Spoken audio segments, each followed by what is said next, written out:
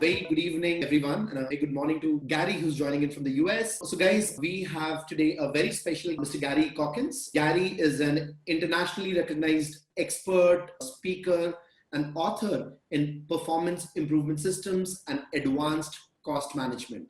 So, Gary has written books on activity-based costing, he's written books on performance management, and he is a global thought leader.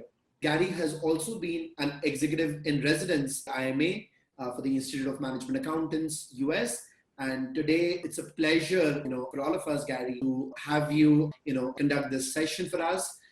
Talk to us about where are we headed with finance and accounting? Where are we headed with management accounting? So, Gary, thank you once again for joining in, and over to you.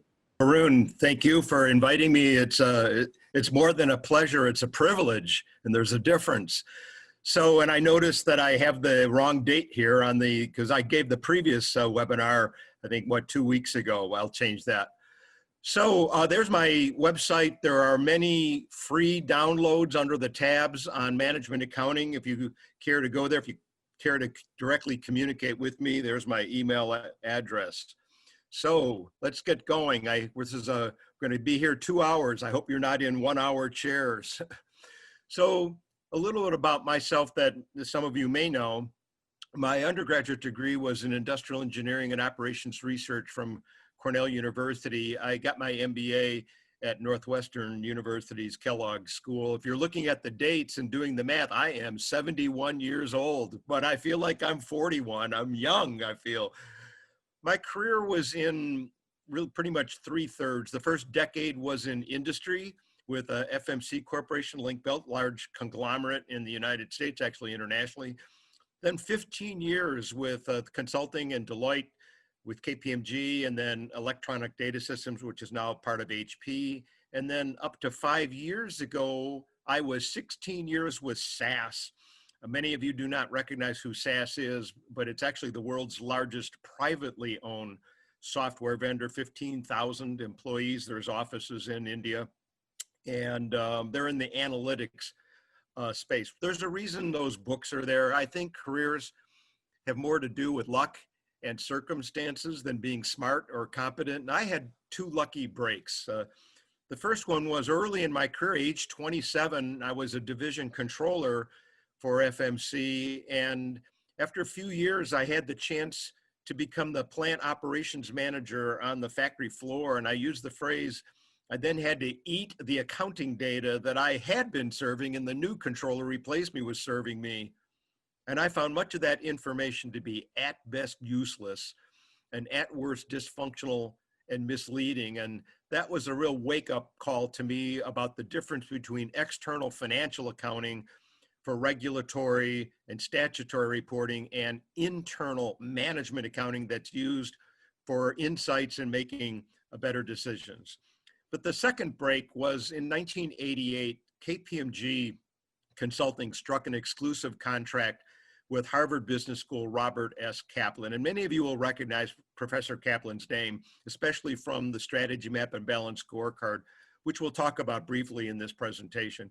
But he did the pioneering research and work on activity-based costing. And so I got recruited from Deloitte, which I really liked Deloitte. I was there 7 years.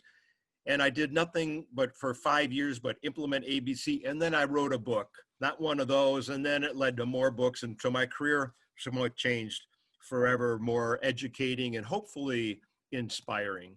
So let's get going. Who will benefit from this presentation?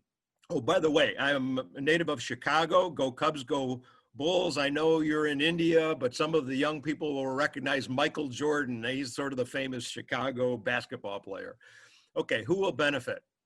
Managers who have previously struggled at promoting financial planning and analysis, enterprise performance management, and integrating business analytics into their decision support systems. Managers who intend to champion any or all enterprise performance management and business analytic improvement techniques and need a compelling call to action. And the reason I have champion in quotation marks is because it's been my observation that although it's nice to have senior executives sponsor new initiatives and methods like we'll describe here, often they are preoccupied with firefighting and short-term priorities And it is typically managers 1, 2, 3 levels down in the organization chart who kind of have passion or fire in the belly and ask themselves, how long do we want our organization to perpetuate continuing to use stale and old and arcane methods? And they're the ones who will basically do a proof of concept or a pilot or a rapid prototyping workshop to demonstrate to their fellow line managers and executives above them, these are the types of techniques and methods we should talk about. And we're going to talk about 7 trends in this presentation.